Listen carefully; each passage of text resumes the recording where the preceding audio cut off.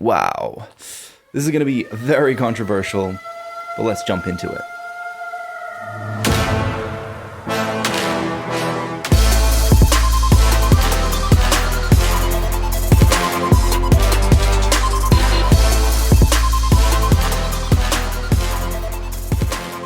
So I actually had to use this notebook to take down some notes for today's video. I haven't used this in a while, and I did pick this up from Googleplex, Silicon Valley, which is kind of neat.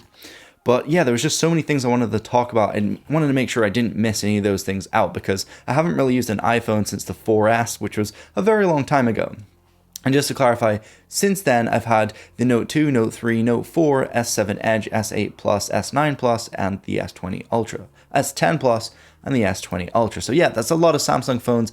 I was a bit of a Samsung fanboy, but nonetheless, I was on the Android platform. And, you know, I guess things just got a little bit boring. Sometimes in the past, things were very hiccupy, but Android is definitely getting smoother and more reliable, and they're bringing out some pretty nifty features, actually, including Google's new version of AirDrop, which is quite cool. But yeah, I just kind of was getting a little bit bored of things, and, you know, customization's fun. You know, I make the top app videos for Android, and I love my widgets and my icon packs. I'll still be doing those. I'll still be picking up another Android device to continue that series. But just as my main phone, I'm kind of a bit tired of it. And honestly, it means that I don't really know when to separate work and my life.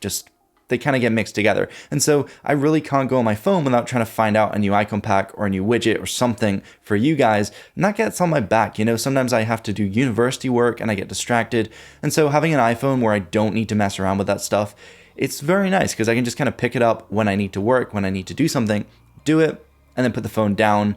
And it doesn't bother me. It doesn't distract me. And I've saved so much time from just switching to an iPhone. It's unreal. But anyway, we're going to take a look at some of the pros and cons that I kind of realized as soon as I picked up the iPhone. And, you know, there is actually a lot of good things about it, but I'm going to be going over some of the bad things I noticed first. So obviously I mentioned there's not as much customization, but there's also lack of SD card support. And I know the S21 Ultra didn't have that. It doesn't actually support that anymore. The S20 Ultra did, and so did many Samsung phones in the past, so I was used to that, and it's kind of hard to move away from, so I did have to go for the higher version of memory for the iPhone.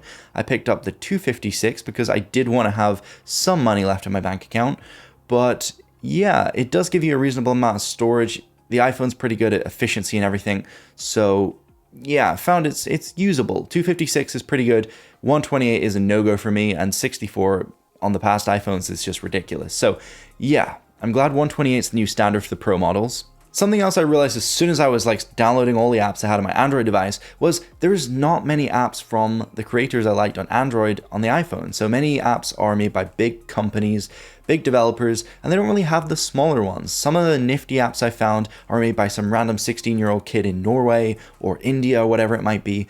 And I miss those. They don't have those on the App Store in general. And, you know, I miss some of those funky apps with new functionality that I'd never seen before that I genuinely opened and thought, like, this is really great. So I cannot wait to pick up another device, an Android device, so I can go and use some of those apps again and just fall in love all over again with some of the new ideas out there, because there's a lot. There's forum pages with loads of stuff on Android and new tweaks and widgets and all sorts of cool hacks and things you can do on your device. And yeah, I kind of miss those. The iPhone does get a little bit boring. You just got your grid, and, you know, iOS 14 is a little bit better because you obviously have your widgets and you can sort of customize the icons with the Shortcuts app, but it's not quite the same.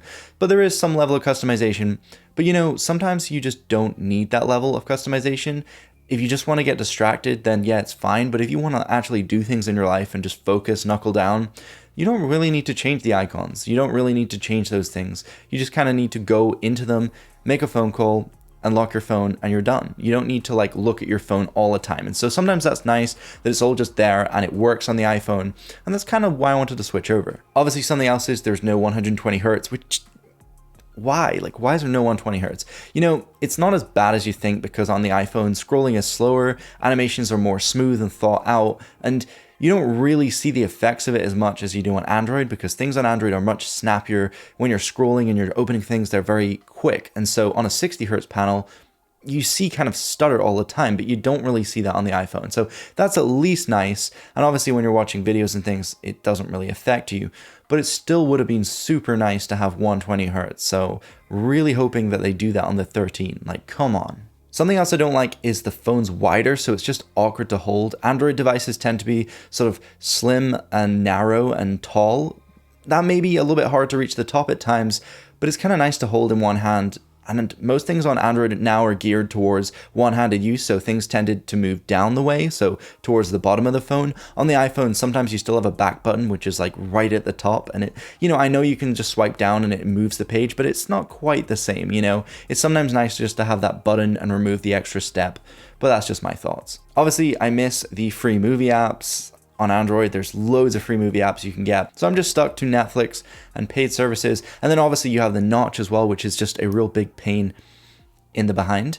But yeah, there's a lot of cons, I guess. That's the point. There's a lot of cons. You obviously also have Face ID rather than fingerprint scanner in the screen. That gets me down because every time I go into a store, I'm wearing a face mask. So I have to enter my code. So it almost means I can never use Face ID anymore because I'm wearing a face mask. So yeah, fingerprint scanner, the lack of it is a bit annoying during COVID, but honestly, Face ID is a lot better just in normal situations, and it works of a night, sideways when you're lying in bed, under the blanket, whatever it might be. And now I'm going to talk about some of the good things, which is that I love the ecosystem. And everyone mentions this stupid ecosystem, but it does need to be mentioned. Things just work well together, Apple things. And, when you take a photo, it's on your Mac already. When you look on your watch, it's on there too. When you get a message or a phone call, it comes through on all your devices, and your earphones simply transfer between devices as you use them. And it's just pretty effortless. Honestly, it just makes your life easier. Just all those tiny little things that fit into place and just work without you doing anything is super, super nice, especially the fact that it learns what you're doing. And on my iPhone, it actually suggests apps depending on where I am and what I'm doing. So if I'm at home, it shows me my Ring doorbell and it shows me some of the home apps and an app to unlock my door. But if I'm in my car, it shows me Spotify and maps. That's really, really cool. Something else I really like is the build quality. There's something about holding an iPhone that just feels so much better. And it annoyed me in the past because I'd pay the same price for my Samsung, and it is nice material. There's obviously lots of premium Android devices out there, but from my experience, they're just never quite up to par with the iPhone. And when you hold it, the iPhone just feels better every single time. It just feels almost like a piece of jewelry. And I quite like that. Obviously, you want to be careful with it because if you drop it, then it's probably going to smash. But, it just feels good in the hand. Something else is there's a massive difference in terms of resale value. So if you're selling an iPhone a year later, you can only lose about 20% of the value. So you can pretty much retain 80% of what you paid. And that's really, really nice. When I sold my S20 Ultra, I got about $500 for it. When I bought it, it was $1,400. So I only had it 10 months. So that's a really bad depreciation rate. And Samsung is very good in terms of Android for retaining its value. So the fact that the iPhone holds it so much more means that if you do want to sell it in a year or two, then you're still going to actually get your money back. Honestly, Apple is the absolute king in terms of support. If you ever damage your phone or need to repair it, they are super fast and quick to do it. And they've honestly paid for it themselves without me even having Apple Care in the past, just out of goodwill. So they're very good at customer support. And I can say that honestly, all my products, which are Apple, have been cared for without me buying Apple Care. They've repaired things, given me new laptops. They've changed the screen out many, many times without actually charging me a penny, which is super nice of them. But overall, I don't regret it. There's probably many people who are really, really disappointed to hear that, but I will be doing my Android videos like I mentioned, and I will be picking up another device, so stick around for that. Subscribe, hit the bell icon. There'll be more content for Android coming very, very soon. But honestly, I really like my iPhone right now. Maybe my opinions will change, probably will. I'll keep you updated. But anyway guys, that's pretty much it. Thank you for watching, and peace.